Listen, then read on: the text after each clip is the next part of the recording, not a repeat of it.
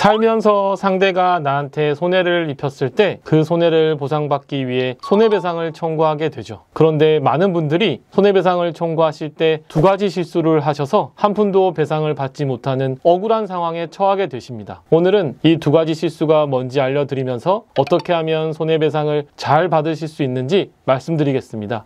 첫 번째 실수는 객관적인 증거를 준비하지 않은 실수입니다. 제가 예시로 거래업체 간의 손해배상에 관해 말씀을 드릴 텐데요. 개인 간의 손해배상 청구도 흐름이 비슷하니까 한번 잘 들어보시기 바랍니다. 소송을 통해 상대 업체에게 손해배상을 청구하기 위해서는 손해배상 청구 소송을 제기하는 원고가 되어서 상대 업체가 계약에서 정한 대로 이행을 하지 않았다는 사실과 그로 인해서 손해를 입게 되었다는 사실을 입증해내야 합니다. 이런 사실에 대한 입증을 어느 정도까지 해야 하는지에 대해서는 고도의 개연성이라는 표현을 쓰기도 하는데 쉽게 말해 판사로 하여금 다른 의심을 품지 않을 정도로 입증을 해야 합니다. 이런 정도로 입증을 하기 위해서는 객관적인 증거들이 충분히 있어야 합니다. 그런데 막상 상대 업체에게 손해배상을 청구하려고 하는 사장님들과 상담을 해보면 객관적인 증거가 부족한 경우들이 있었습니다. 예를 들어서 물건을 납품하는 업체에게 납품업체가 납품기간을 어기고 또 납품을 하지 않아서 발생한 손해에 대한 배상을 청구하려고 하는 상황이 있는데요. 거래 당시에는 오랫동안 거래해온 업체이거나 사장님들끼리 잘 아는 업체여서 제대로 된 계약서를 쓰지 않고 거래를 해왔던 터라 납품하는 물건, 수량, 납품기한 등과 같은 계약 내용을 입증할 수 있는 중요한 증거인 계약서가 없는 경우들도 있었습니다. 이런 손해배상 청구 소송을 할 때는 계약서, 발주서, 주고받은 이메일, 또 문자 메시지 등이 서로 간의 계약 내용을 확인할 수 있는 증거가 될 수 있고 또 채무 불이행 사실과 관련해서는 동영상, 사진 등의 증거가 필요한 경우도 있습니다. 또 손해액 입증과 관련해서는 매출액의 변동을 확인할 수 있는 손익계산서 등의 회계장부, 그리고 계좌 거래 내역, 세금 계산서 등의 자료와 또 추가적인 지출을 하게 된 것이 손해라면 그 추가적인 계약을 맺은 다른 업체와의 계약서, 영수증 등의 자료가 중요할 수 있습니다. 이러한 증거들을 제대로 준비하지 않고 소송을 시작한 뒤에 소송을 하는 동안에도 제대로 된 증거 보완이 되지 않는다면 패소를 하게 되는 것이죠. 그러니 손해배상 청구 소송을 하기 전에 상대 업체의 채무불이행 사실과 손해 발생 사실을 입증할 수 있을 만한 객관적인 증거를 갖추고 있는지를 검토해 보시고 증거가 충분히 준비되었거나 소송 과정에서 증거를 추가적으로 마련할 수 있는 계획을 구체적으로 세운 뒤에 소송을 제기하셔야 합니다. 두 번째 실수는 청구하는 손해 금액을 너무 많거나 너무 적게 청구하는 실수입니다. 상대방 업체에게 손해배상 청구 소송을 할 때는 청구 취지로 청구할 손해 금액을 정해서 청구를 해야 합니다. 그런데 이때 청구 금액을 너무 과도하게 청구하거나 인정될 수 있는 손해액보다 너무 적은 청구 금액을 청구하는 실수를 하는 경우가 있습니다. 먼저 실제로 인정될 수 있는 청구액보다 너무 큰 금액을 청구하게 되는 경우에 문제점을 말씀드리겠습니다. 소송을 할 때는 재판장이 나에 대해서 사실을 말하는 사람, 또 신뢰할 만한 사람이라는 인상을 가지도록 하는 것이 중요한데요.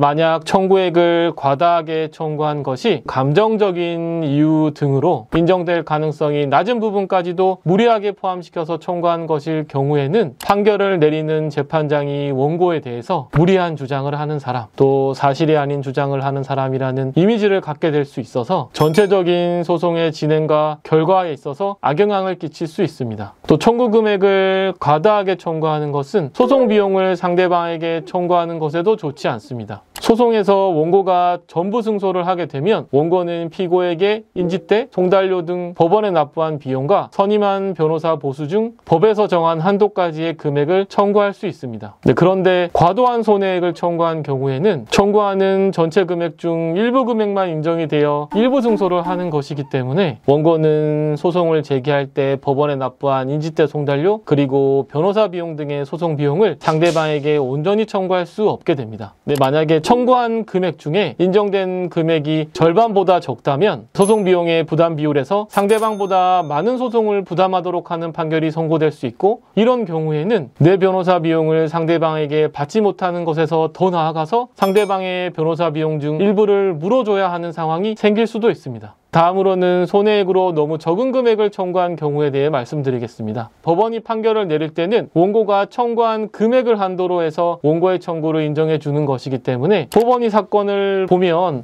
더 큰 금액을 인정해 줄 여지가 있다고 하더라도 원고가 청구한 금액까지만 인정하는 판결이 내려지게 됩니다. 그래서 소송상 청구액이 과소할 경우에는 판결로 배상받아야 하는 실제 손해액을 다 배상받지 못하는 문제가 있습니다. 그러니 소송상 손해배상 청구 금액을 정할 때는 상황과 증거 자료들을 신중하게 검토해서 인정될 내역들만 잘 추려서 금액을 산정해야 합니다. 거래업체의 채무불이행에 따른 손해배상금을 청구할 때는 상대방 업체가 계약에 따른 제대로 된 이행을 했을 경우 내가 얻을 수 있었던 이익을 계산해서 청구하는 것이 원칙이고, 이러한 이행이익의 산정이 어려운 경우라면 계약이 이행되리라고 믿고 지출한 비용, 이 신뢰이익의 배상을 예외적으로 청구할 수도 있습니다. 경우에 따라서는 소송을 제기하는 시점에는 구체적인 손해액을 확정하기가 좀 어렵고, 소송을 하시면서 상대방의 자료를 보거나 감정과 같은 법원 절차를 거치면서 손해배상 금액을 구체화할 수 있는 경우도 있습니다. 그래서 이런 경우라면 전부 승소, 일부 승소, 소송 비용의 부담 비율은 마지막 청구 금액을 기준으로 해서 결정되기 때문에 소송을 진행하면서 추가적으로 나타난 자료들을 보시고 소송 중에 청구 금액을 변경하시면 됩니다.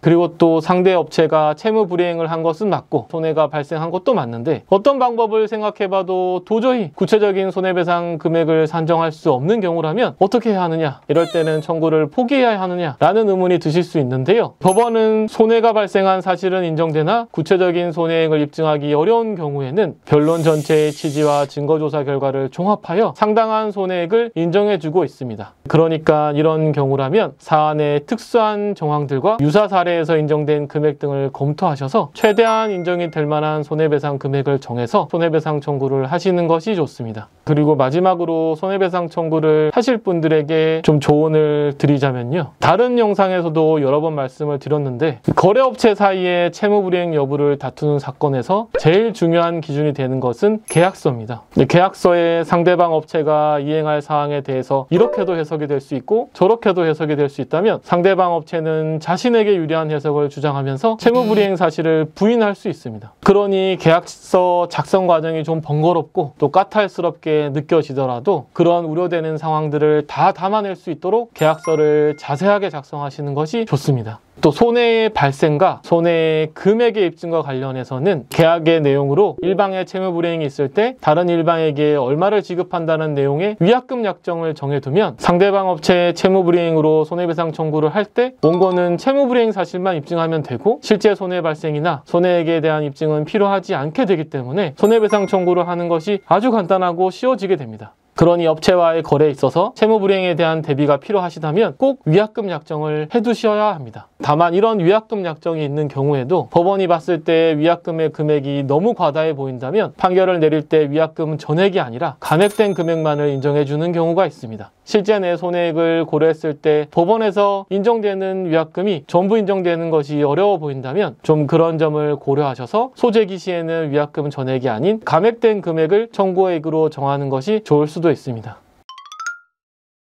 이번 시간에는 손해배상을 청구하실 때 꼭 아셔야 할 내용에 대해서 말씀드려 보았습니다. 더 궁금한 점이 있으신 분들께서는 댓글 남겨주시면 제가 직접 답변을 남겨드리도록 하겠습니다. 지금까지 여러분의 민생구조대 정재원 변호사였습니다. 감사합니다.